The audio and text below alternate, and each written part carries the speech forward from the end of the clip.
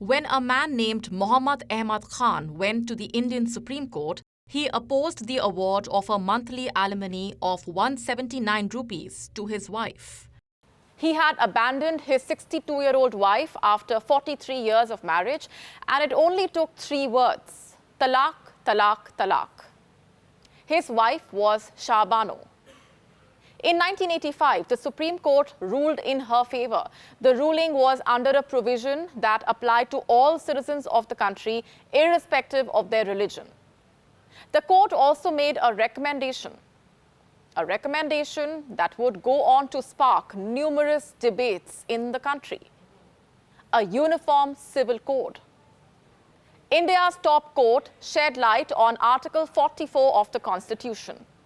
It states, and I'm quoting, "The state shall endeavor to secure the citizen a uniform civil code throughout the territory of India." Hello and welcome. I am Molly Gambhir. And in this edition of Gravitas Plus, we focus on the debate surrounding the Uniform Civil Code, or UCC. It's crucial to remember what the Supreme Court had stated in this case back in 1985. The court made it clear that Shahbano's case did not involve constitutional law. It was a straightforward civil suit. It revolved around alimony for a divorced Muslim woman.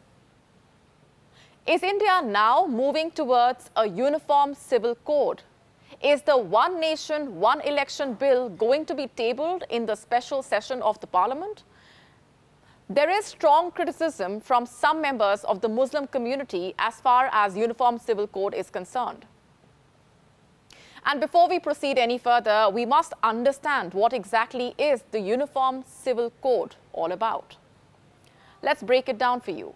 A uniform civil code means that all sections of the society, regardless of their religion, are to be treated equally under a single national civil code.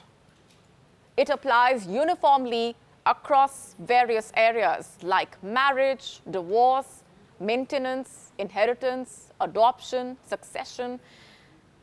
The Uniform Civil Code is rooted in the belief that in modern civilization, there should be no connection between religion and law. Let's now give you some background.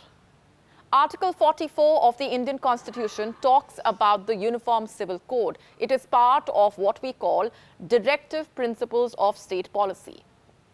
It's like a set of aspirations for the government. Let's bring back the quote. The state shall endeavor to provide for its citizens a uniform civil code throughout the territory of India. Let's now rewind to the colonial era. In 1840, a British Raj report highlighted the need for a uniform legal system in India, but it also suggested keeping Hindu and Muslim personal laws separate. Let's just step back for a moment. What are personal laws? Laws relating to marriage, divorce, maintenance, inheritance, succession, guardianship, custody. India is a secular and a diverse country, which is why the treatment of personal affairs is not uniform. It varies from community to community, which is why the dissolution of marriage often varies under personal law. In India, most personal laws, in fact, find their origin in scriptures. Let's jump forward to 1859 and Queen Victoria's proclamation. It promised to stay out of religious matters. While criminal laws became uniform across the country, personal laws for different communities remained distinct. And fast forward to post-independence India. During the constitution drafting phase, leaders like Jawaharlal Nehru and Dr. B.R. Ambedkar supported the UCC, Uniform Civil Code. However, they placed it under directive principles. As mentioned, they are more like guidelines than strict laws. Directive principles are not legally enforceable, so the UCC remained an aspiration.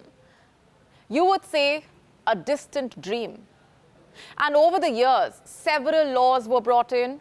Let me give you some examples. The Hindu Code Bills of the 1950s, legalizing divorce, challenging polygamy, and granting daughters their rightful inheritance. The Special Marriage Act, a game changer in its own right. This act allowed couples to solemnize their marriage without being bound by any religious personal laws. It was a step towards promoting civil marriages and breaking away from religious constraints. But it wasn't just legislative reforms that shaped the discourse. The judicial system played a vital role as well. Now let's dive back into history for a moment. The Shah Bano case was a significant turning point. At the time the court delivered its verdict, she was an elderly woman. Her victory was possible through the application of the Criminal Procedure Code, a law that applied to all citizens. The court ruled in her favor, applying a law meant to be universally applicable. The Shah Bano verdict triggered a debate. It led to meetings and agitations across the country. The verdict was seen by some as an attack on Muslim law, especially by radical Islamists. It also faced opposition from a segment of the political class. They viewed it as appeasement of Muslims. And under the pressure of these controversies and protests, the then Congress government succumbed. And so, in 1986, the Congress government introduced a legislation. It overturned the Supreme Court's decision. This episode underscored the complexity of the Uniform Civil Code debate. Some argue that a Uniform Civil Code could fundamentally alter India's approach towards secularism.